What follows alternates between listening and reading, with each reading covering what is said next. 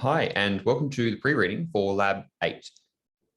Before you go any further, if you haven't used up your one get out of jail free card where you can skip the lab for the week without losing any marks, I'd probably recommend that you do it on this week, just because you're probably busy with the project at the moment. This is a very interesting lab, but you probably just don't have time for it at the moment. And rather than stressing out about it now, Lab 10 is not too involved, so you can do that one as after the project's due anyway. But I would highly recommend come back and do this lab as part of your study for the exam, because this stuff will be in the exam. And yeah, should be quite interesting. So for those of you that want to crack on and do this, what's Lab 8 all about? Well, some of you might have worked with SQL, or structured query language. It's a language used to run queries on databases.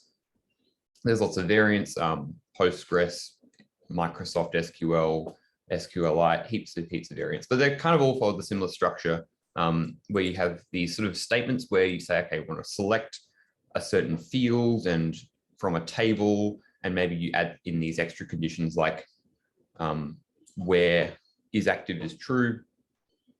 And you can have these other things like group by and order by. And what we're kind of going to look into today is the concept of query languages and this idea of like declarative programming, where rather than saying, here's a series of steps to get what we want, which we're all very used to from C and sort of traditional Python and Java, we instead have this declarative approach where we say what we want. And these kind of patterns pop up in Python, in Java. We've seen it with streams. Python, we've seen it with list comprehensions, and it forms the basis for declarative languages like SQL. So that's kind of the background. And the first task is just getting you to think a bit about it and think of some examples, because you see it in programming everywhere. And it's not as though, like we've seen with functional programming, right? Like Java is not a functional programming language, but it has functional aspects, and we've studied that. Same thing here. Java is not a declarative programming language as such, but it has these declarative aspects, which in essence are these streams. And functional and sort of declarative kind of go hand in hand. What we're doing is building this query language, and we've kind of done part of it for you. The first task is just to make some parts of the tables and table views generic. So let's, before I kind of go any further, dive into what exactly are the different like entities and roughly what the problem domain's about. So you see we've got a few classes here. We have two packages, V1 and V2. We'll start with V2 because that's actually the first set of code you'll be looking at. And we start out with this table view interface, which extends iterator and iterable. Okay, that's fine. And then we have this table class, which is nice and simple. So a table is like, what you're used to from any sort of, spreadsheets, just when you draw a table. It's like this, right? You have your rows and your columns, col1, col2, col3. And then you have row 1, etc. And then the row 1 will be some sort of record. This will be the next record, and the columns correspond to sort of attributes or fields or that sort of thing. That's pretty straightforward. Now, what's a table view is the next question. Well, this is a kind of common pattern in databases where we want to have some sort of way to access the table, but maybe we want to have it in some sort of optimized fashion. So you can kind of ignore this next part if you're not too familiar with SQL, but let's say I have a table called student and it has ID or ZID, first name, last name, and then the program they're in, right? And maybe I have another one that's like course. Oh, that's a bad one, actually. Let's say we have a program. So this field program here relates to the program ID. And you kind of like see sort of similarities between what we've done in UML and modeling to this sort of entity relationship schema that we're defining here. So this program refers to a program ID, and then the program has a name. So maybe we just want to say, here's the student's name and here's what they study. We don't care about the program ID. It's like, my name's Bob and they study software engineering or whatever. And so what we can do is this thing called a view, which like gives us essentially a little window into the table that we don't have to rerun this query every time. Under the hood, you actually do rerun the query every time, but rather than saying every time I want to select first last program.name from student join program on student.program. You don't really need to worry about this. ID. Cool.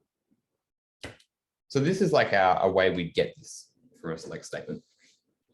Again, don't worry about it too much. But instead of having to rerun this query every time, we can actually create this into a view. So say create view. We'll call this program name as, and then this query is what comprises the actual view. So conceptually, right, like here's our table, and the view is sort of just like this window into this table. Here you go, there's the window. And what we can do is we can iterate through the view without it actually modifying the table. And you think, oh, if we can iterate through something, then it's iterable. And in fact, this sort of whole view is one big iterator. So it's an iterator to a series of records. And you notice if we go to simple table view, that's exactly what it is. It implements table view, which is an iterator, and all it is a wrapper around any iterator, which in this case, I think is just like an array list iterator, because in the table, the records is just a list. So when we create a new table view, we get an iterator to the records in the table, and then this becomes the foundation of the simple table view. And all of the methods like has, next, and next, which are mandatory requirements of anything that implements the iterator interface, they're just wrappers around the inner iterator. And so we have a few other methods here. We'll get to this in kind of task 5, I think it is. And then the iterator just returns itself because it is an iterator. There's a few more methods there. So that's what a view is. Cool. All right. The next part of task 3 is about iterator invalidation. So to kind of give you a bit more scope of what's going on here, we have two sort of versions. We've got an object-oriented approach to implementing this query language using a decorator pattern. And you can see we've got this sort of super abstract decorator class here, and then a particular implementation of the decorator, which allows us to skip a certain number of records. And you're going to be making a take decorator and a select decorator.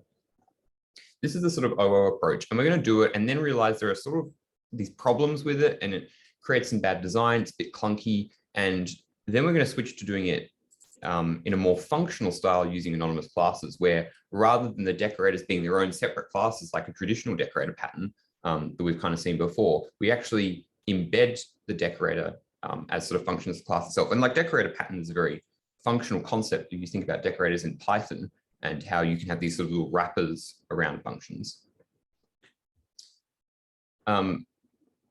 This one's interesting about iterator invalidation because Java, the traditional idea of iterator invalidation is where you modify something you're iterating over. Java is very nice and throws a concurrent modification exception. You might have noticed this in your project or assignment where maybe you're trying to remove a device from the list of devices, and you do it inside the loop. And then a concurrent modification exception is thrown. And you think that's got nothing to do with concurrency. That's the fact that you are modifying a structure that you're iterating over. So this problem of task 3 is more about the iterator is actually already used up by the time that we want to use it in this particular example. So you'll have to do some debugging there and kind of step through that. These are the object-oriented decorators, and we move to the functional decorators.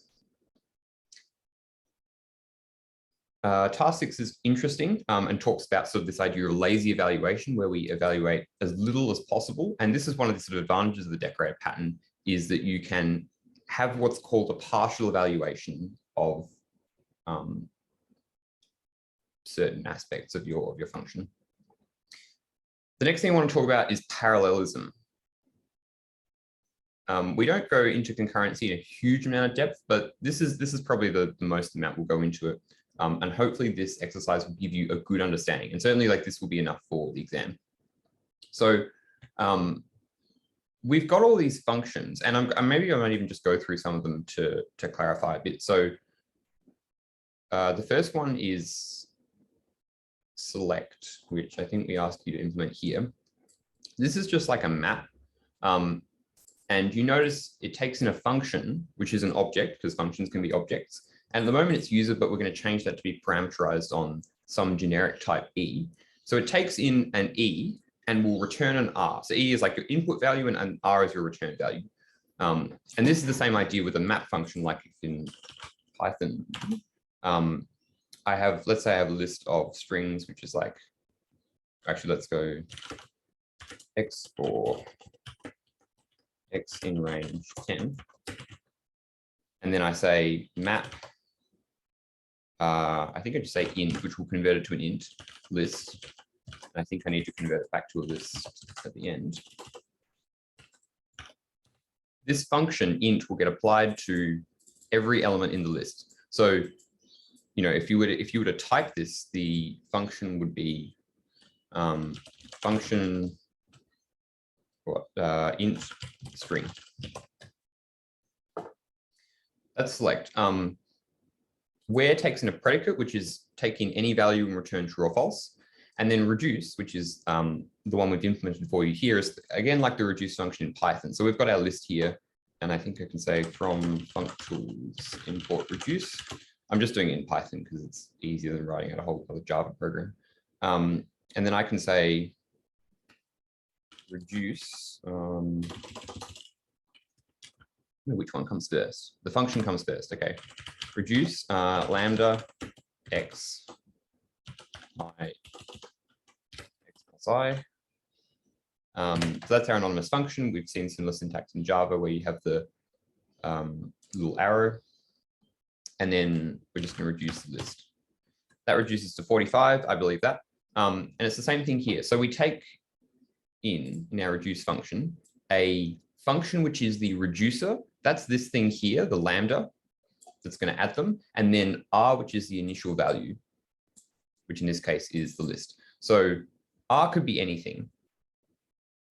And again, this is all separately parameterized. This is the return value.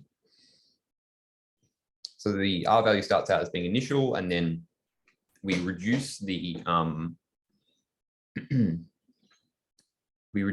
structure, which in this case is all of the records in the table, by continually applying it to this initial value.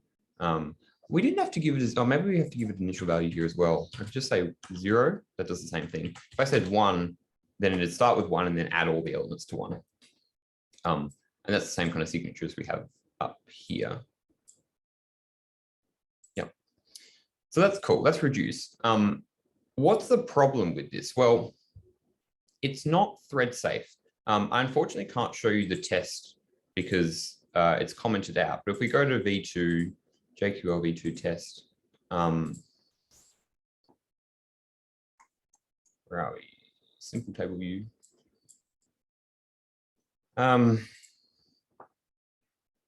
Yeah, so this function test parallel reduce is commented out at the moment because it's not going to compile because the generics aren't done. So you need to do task 2 for this to compile. But the key idea is that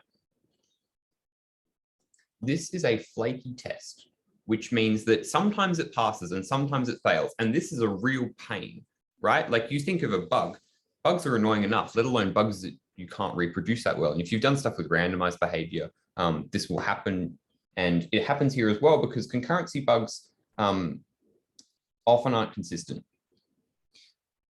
Well, what's happening here is the first question. You know, we're just calling this reduce function, or rather we're calling this parallel reduce function. Let's talk about that first, actually. Get rid of that indentation. Oh no, that's part of the signature.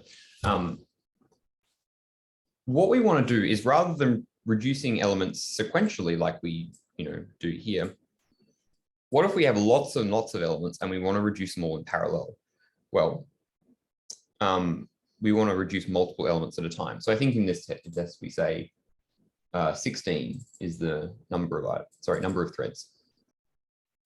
You don't really have to understand this, but just to give you an idea of how the parallelism is implemented, we make this thing called a fork join pool, which is just this pool of threads. So you can think about it as like, here's thread 1, here's thread 2, here's thread 3. And these are all kind of like, it's like a race car, if you like. And this is like the starting line. They're all lined up. And then what we have is this reduction operation. Now, a callable is something that implements the function interface. Sorry, it's not a function, but it's like a function, right? It's anything that you can call and seems to return something, computes a result, or throws an exception. Yeah, it's basically just anything that you can call, which is parameterized on R. And this is our reduction operation, which we just take from the reduce function here. So this parallel reduce calls our normal reduce. And then what we do is we get, okay, well, here's our operation, and we're going to make a list of callables. And all this code does here is it populates the reduction operation into the thread. So it's like, okay, I want you to do reduce, I want you to do reduce, I want you to do reduce, all of them up to 16 or however many we've specified. And then we execute all the operations. We'll talk about this future thing in a second, but this pool.invoke all essentially says you're all on the starting line, go, right? And this car drives off, this car drives off, this car drives off. And by driving off, we mean that the thread starts working, which in this case, what does it mean in this case? In this case means it's going to run this reduce function.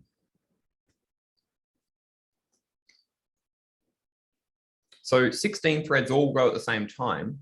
And then what they do is they accumulate this future value, which is, you can think of it as like a box. Let me make this a bit bigger, actually. Here's this box. And the thread says, okay, well, I don't know what it is yet. I don't know what the answer is yet.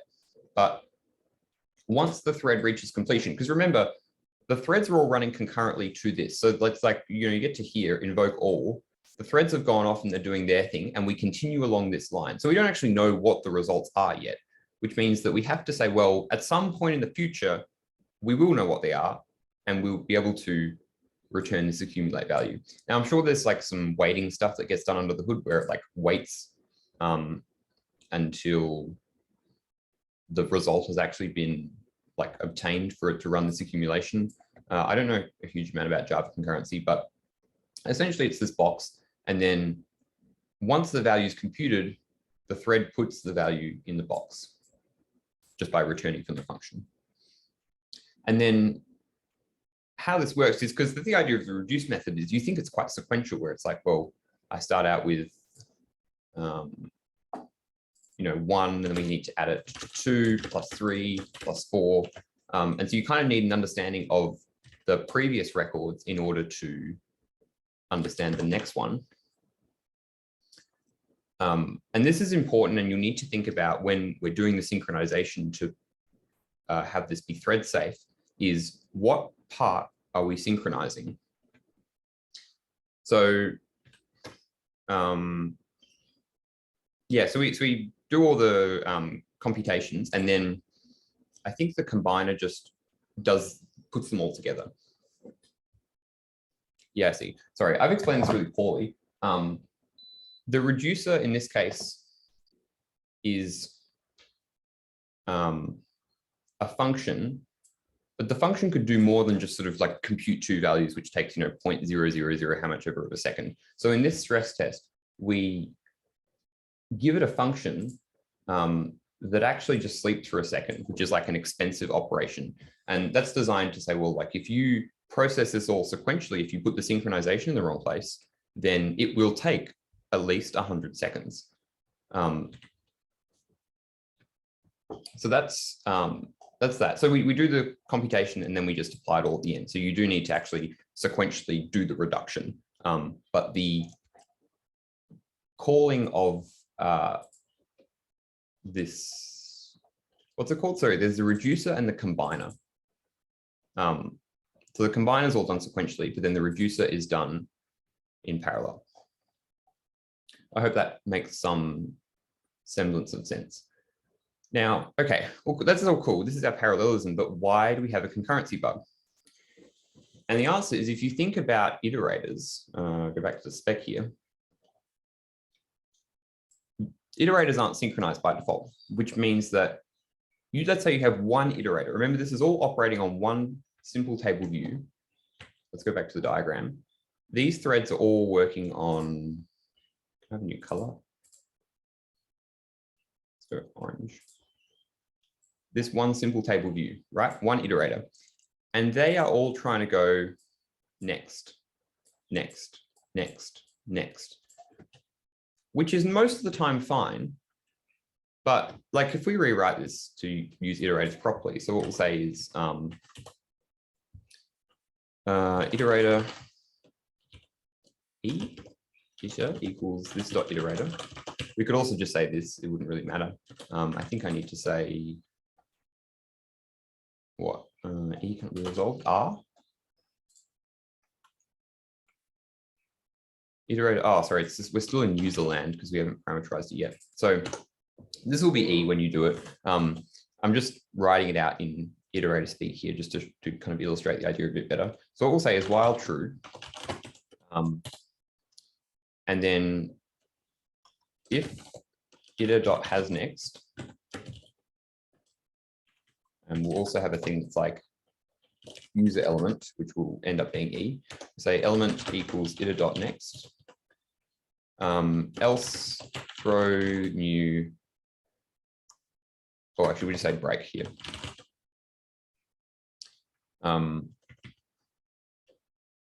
Cool. Now, let's say that you have two threads that are running in what's called lockstep, which is like, like neck and neck, if you like, in the sort of race analogy. So here's thread 1 and here's thread 2. And, it's like line 1, line 2, I'm crap at drawing numbers. But they're all sort of, they're basically neck and neck. And then, thread 1 goes to 3 and then thread 2 goes to 3. That's what we call lockstep. So, all right. Thread 1 and thread 2 both reach this reduce function. We get to while true. Let's say there's one element left in the iterator, right? We've maybe done the loop a few times. So thread 1 hits this line. It goes, okay, iter.hasNext, sure. And then thread 2 hits this line, iter.hasNext, okay, still true, nothing's changed. But then, okay, well, we get to the next line. Thread 1, element equals iter.next. So the next item is grabbed from the iterator, and now there are no more elements in the iterator. Now we switch over to thread 2, because we're all still in lockstep, neck and neck. And then thread 2 tries to grab the next element, but what happens? There's no elements left, right? Because thread 1 just grabbed it. There's no, candy left in the candy jar or whatever analogy you want to make. And so this will cause probably just an exception, but this won't always happen, right? And this is why the unit test is flaky, because only very sometimes this will happen just based on how the operating system is handling the concurrency. It might be the operating system in the JVM, but that's besides the point. So this isn't good. So what we want to do is say, well, we need to synchronize something. And your task for this last task 7 is to figure out where we put the synchronization. And we give you kind of some starting attempts at it, where we say, well, here are 2 people that have tried to do it previously, and we synchronize the reduction, we synchronize the whole loop. And you've got to figure out what's wrong with their approaches, and you have to put the synchronization in the right place so that the test passes consistently. That's the main thing. And then do it so that the stress test runs in under 10 seconds. Because if you put the synchronization in the wrong spot, it will run for 100 seconds because each application of the function will take 1 second, which means that if you do it in a certain way that it ends up being sequential, then there's no point in parallelizing it in the first place. Cool. And then you just have to do a reflection. So same as for lab 5. I mean, you might even just skip this lab and come do it before the exam, so it doesn't matter for marks anyway. But if you don't get all of it, if you just spend 3 hours, I think is what we say at the top, where it's spend 3 hours, do as much as you can, figure stuff out, and we'll mark you on your ability to think and solve problems. And this one more so, like lab 5 was more about, you know, understanding what was going on and making the code a bit better. Whereas this one is really just trying to try stuff, see if it works, solve problems, figure stuff out. And yeah, if you don't get everything, that's fine. So that's lab 8. I hope you find it interesting and worthwhile. And if you've got any more questions, please post on the forum. Otherwise, thank you for listening.